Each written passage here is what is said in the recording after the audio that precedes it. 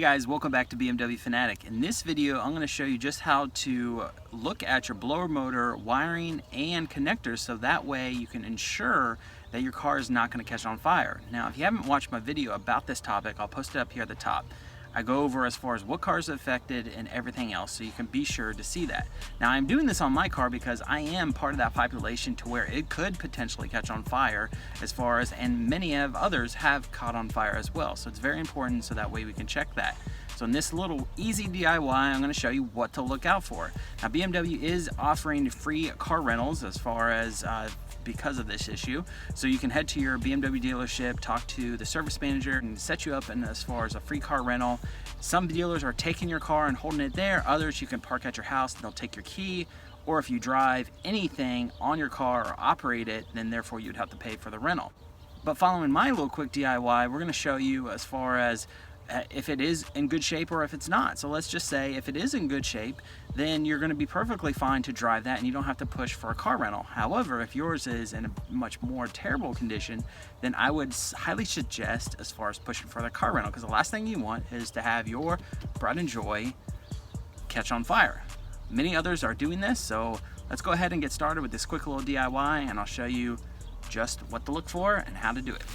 All right, for us to take a look at the blower motor itself, as far as the wiring goes, we're going to take our T20 right here, torque, and then you're going to want to have a flashlight just so you can see. The flashlight I'm using is Sly King XL, which I highly recommend as far as the 330 lumens of power and a quality flashlight brand by Nebo. So let's go over here and we're going to start. It's just, like I said, two T20s, one right here, one right there.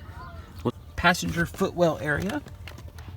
We're going to take this T20 out.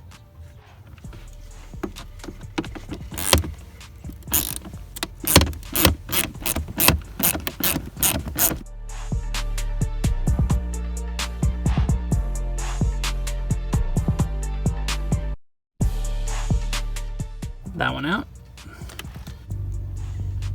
Next, we're going to move to the right side. Take out that T20.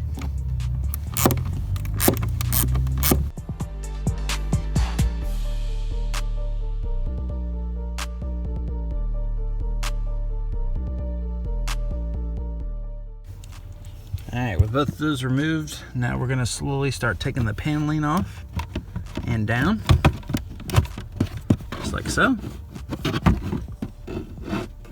Next, with the paneling pulled down, you're gonna want to disconnect the light, footwell light, right there, so you can pull the paneling all the way out. But first, notice right here, this is condensation dripping down as far as onto your pad itself here, which is not so much a good sign, to say the least, because you're getting condensation up through there.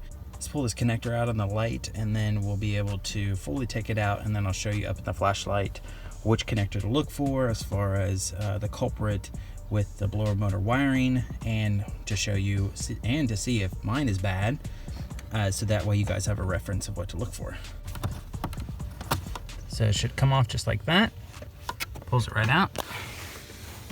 Then you pull this paneling off. Set that aside. All right, here's your blower motor wiring right here. So we're gonna see as far as what mine looks like. My wire's a little brown, so it could be more so cooking on the inside, as they call it. But we're gonna pull the wiring connector off and then seeing if it's gonna be brown in the inside, therefore, you know, it's not working so well, and then of course, could potentially cause a fire. And then moment of truth, mine is looking really, really well. If you're having an issue with the connector itself, you would have it all brown in the inside, right on those connector pins and on the pins itself, as far as the wiring goes, right here. So all that's looking good.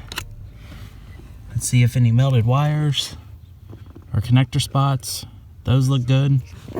All in all, I'm actually quite surprised that it's so well. So since that connector looks good, right there, no issues, we wanted to pull the other one off the blower motor.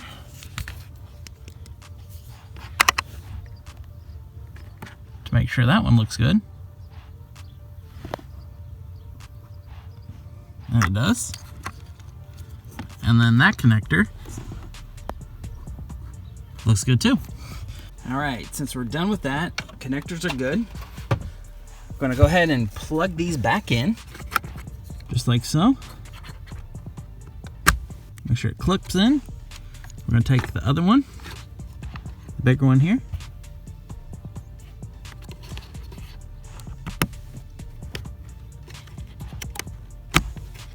Make sure that one's plugged in too.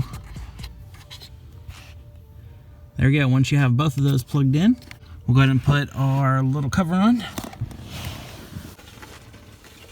Take your cover itself. Let's go ahead, we have to attach the light here, footwell light.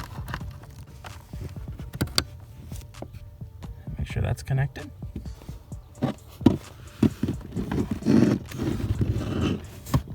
Then it's just a matter of sliding it in here. See, just like that. Make sure it's connected. And then up like so. There we go. So that's what it's gonna look like when it's done. Take your T20 Torx. Go ahead. Put it back in.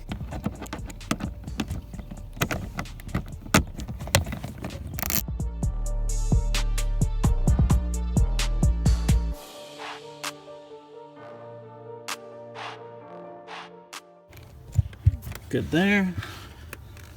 The other side.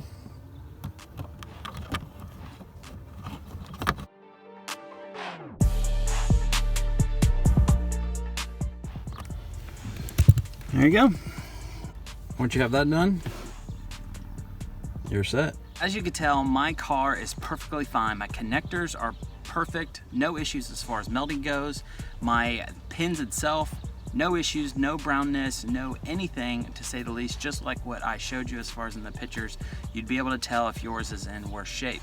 So outside of that, I'm good to go to continue to drive my car when I want to drive it. So I'm working from home, so theoretically I do not have to physically drive my car at all, but I wanted to make sure, just because, you know, I am using this car for the channel and I do enjoy driving this, so I'm happy to see that everything is all checked out.